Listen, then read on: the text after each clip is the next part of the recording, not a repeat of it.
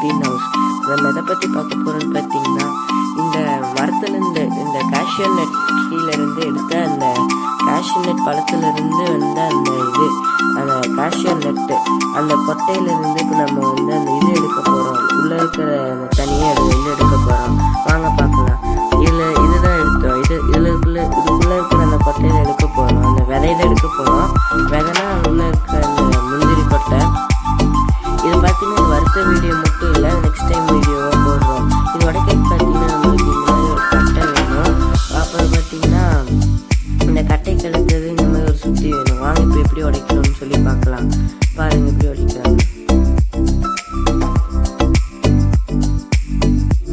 இந்த மாதிரி சுற்றியில் தட்டி அப்புறம் தான் எடுக்கணும்.